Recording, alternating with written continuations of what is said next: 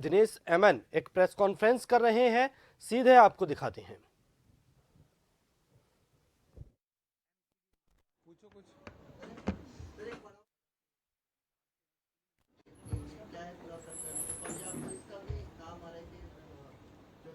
Force की कार्रवाई में एक वो अलग केस है। नुमाइंदा पकड़ा गया है। आज आप लोगों को बुलाया है।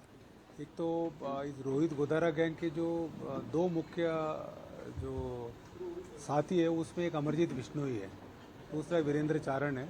इस अमरजीत बिश्नोई राजू टेट मर्डर में वांटेड था और प्लस इस गैंग का बहुत सक्रिय सदस्य था। और इसके अलावा अभी जो एक सचिन गोदा मर्डर हुआ था उसमें भी संदिग्ध मानते हैं हरियाणा पुलिस उसको। और जितने भी एक्सटॉर्शंस वगैरह होते थे, जितने भी इस गैंग ने वारदातें की है, उसमें पूरा नंबर्स प्रोवाइड करना और कॉलिंग करवाना और डब्बा कॉलिंग करवाना, तो इस तरह की चीज़ों में वांटेड था, ये इस तरह के इन्वॉल्व था। तो काफ़ी टाइम से एजीटीएफ की टीम, हमारे योगेश यादव साहब डीआईजी साहब है, प्रफुल्ल जय एजी साहब है, हमारे एडिशनल एसपी विद्या प्रकाश सिद्धांत, नरोत्तम वर्मा और हमारे इंस्पेक्टर्स है, मनीष है, प्लस हमारे जो रविंद्र प्रताप है, सुनील है, ये लोग पूरा काफ़ी दिन से पीछा कर रहे थे इसको, कि ये पता करने के लिए इनकी जितने भी बाहर है उनकी लोकेशन क्या है, कहाँ है।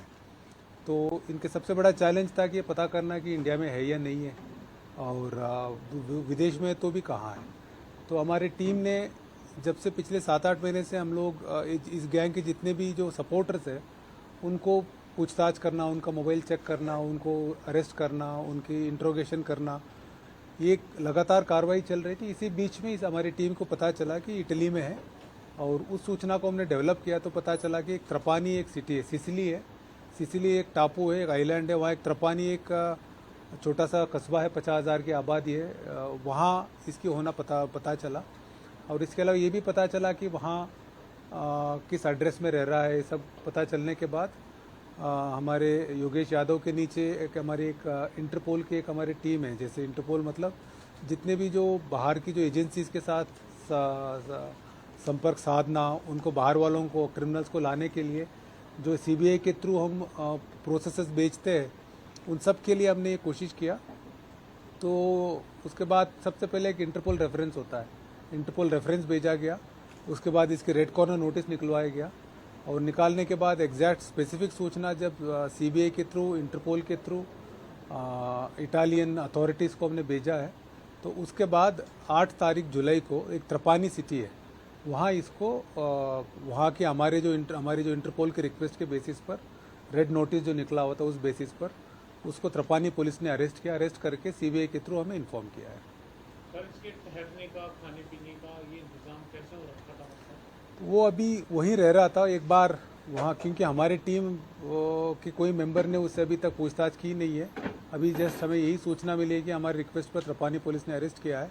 उसको हम अभी हमारे उसको वापस लाने की पूरी प्रक्रिया चल रही है। जब पूरी प्रक्रिया ख़त्म हो जाएगी, जब लाएंगे तो उसके बाद हम डिटेल में ये बता पाएंगे एग्जैक्टली कहाँ रह रहा था, क्या कर रहा था।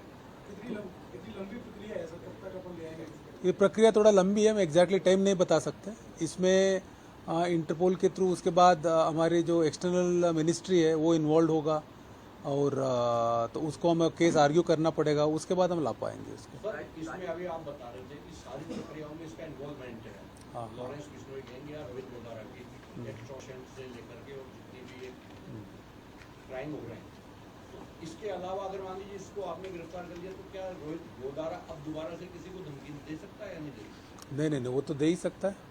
ठीक है, इसके अलावा भी और भी मेंबर्स हैं। अब जो भी अगले बार देंगे तो उनके खिलाफ भी एक्शन लेंगे हम लोग। राजस्थान में सर क्रिमिनल रिकॉर्ड क्या है और अब तक कितनी आदत? राजस्थान में करीब अभी एज ऑफ नो 8 केस है इसके। 8 केसों में वांटेड है, जिसमें डकैती और 307 की केस है, आर्म्स एक्ट है, मर्डर की केस है। इन सब में राजू ठेठ के नहीं, सबसे बड़ा तो राजू टेट का केस था, जिसमें इसके भाई सरजीत भी अरेस्टेड है, अभी जेल में है। और इसकी एक महिला मित्र थी सुधा कंवर, वो भी अरेस्ट हुई, वो उसकी भी लेकिन जमानत हो गई, वो भी अरेस्ट हुई थी। उसमें सबसे बड़ा केस वही है इसका। नहीं, उनके थ्रू हमारा जॉइंट टीम जाएगी, जॉइंट टीम जाके मिलेगा हम लोगों ये भी तो लॉरेंस गैंग के ऊपर कार्रवाई कर रही है। नहीं, लेकिन इसमें इसका रेड नोटिस हमने निकलवाया था, राजस्थान पुलिस ने निकलवाया था। तो और एनआईए के केस में ये वांटेड नहीं है अभी। सर, ये पासपोर्ट कहाँ से बना रहे हैं? ये पासपोर्ट इसने अपने नाम से बनवाया था पहले ही, नहीं तो राजस्थान से बनवाया था, अपने नाम से बनवाया था, बीकानेर से ही बनवाया था। इसकी भूमिका मेनली लेकिन लोगों को आइडेंटिफाई करना, प्लस बेसिकली एक तरह से कंट्रोल रूम टाइप था, जैसे डब्बा कॉलिंग करवाना और एक दूसरे से बात करवाना, प्लस नंबर निकलवाना जिसी को अगर एक्सटॉर्शन देना है, इस तरह से, और लॉजिस्टिक सपोर्ट बोलते हैं ना, उस तरह से है। So was he ever arrested ever? हाँ Was this guy ever arrested? हाँ, यस, राजस्थान में अरेस्ट हुआ था, अरेस्ट होकर जमानत पे गया। उसके बाद 2022 में करीब जुलाई के आसपास यहाँ से दुबई गया, दुबई से साइप्रस गया, साइप्रस के बाद इटली गया है। He was arrested in which case? Would you remember? नहीं, जितने भी पहले वाले केसों में, राजू टेट के अलावा पहले वाले केसों में अरेस्ट हुआ है। राजू टेट जब वारदात हुई तब बाहर था, ये बाहर से रह के करवाया था। हाँ, गंगानगर में एक्सटॉर्शन केस है और बीकानेर में 307 की केस है। इन सब में बीकानेर वाले केस में तो रोहित गोदारा के साथ ही अरेस्ट हुआ है। वहाँ प्रोबेबली अक्टूबर से रह रहा था, पिछले साल अक्टूबर से। नहीं, वहाँ ये क्योंकि यही हमारा वांटेड था, इसी को अरेस्ट किया है। वो किसी को साथ रहता था शायद, वो अभी उन अथॉरिटी से पता चलेगा किसके साथ था।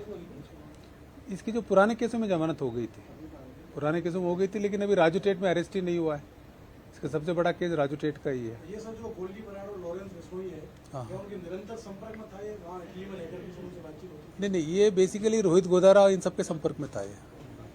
सर सुखदेव सिंह गोगावली वाले मामले में कुछ इन्वॉल्वमेंट है सर इसका कुछ? नहीं, इसका अभी केस एनआईए के पास है। हमने पता कि एनआईए में इसको चार्जशीट किया नहीं है, चार्जशीट नहीं किया, लेकिन अभी इन्वेस्टिगेशन पेंडिंग है। 50,000 का इनाम है इसका। टेट वाले में जैसे ये इसकी बाई है और वो उसकी जो गर्लफ्रेंड है, इन सब की जो लॉजिस्टिक्स देना, जैसे जो वारदात करने आए थे उनको रुकवाना, पैसे भिजवाना, वापस भगाना, इन सब में था। पूरा प्लानिंग में, वेपन सप्लाई में, जो वेपन आया था वेपन सप्लाई में, इन सब में था। नहीं, वहाँ की भी सूचना नहीं है वहाँ।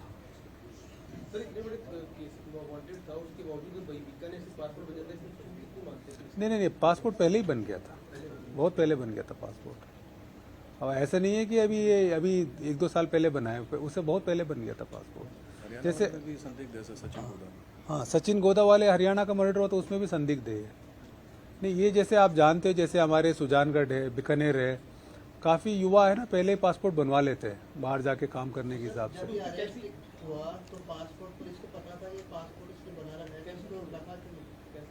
इसका वो पहले ही अरेस्ट हुआ था, वो अब देखेंगे, अब वो पुरानी बात हो गई। ये सारे केसेस 4 साल 5 साल पुराने हैं।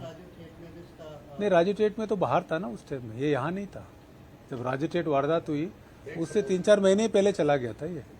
So what is his connection with Vivek Charan you were saying? Virendra Charan. Virendra चारण, ये रोहित गोदारा, वीरेंद्र चारण, अमरजीत बिश्नोई, यही 3 लोग ही मेन इंपॉर्टेंट है। ये साथ में ही करते जो भी करते हैं। And Virendra Charan is also out. हाँ, इसके खिलाफ भी हमारा चल रहा है अभी।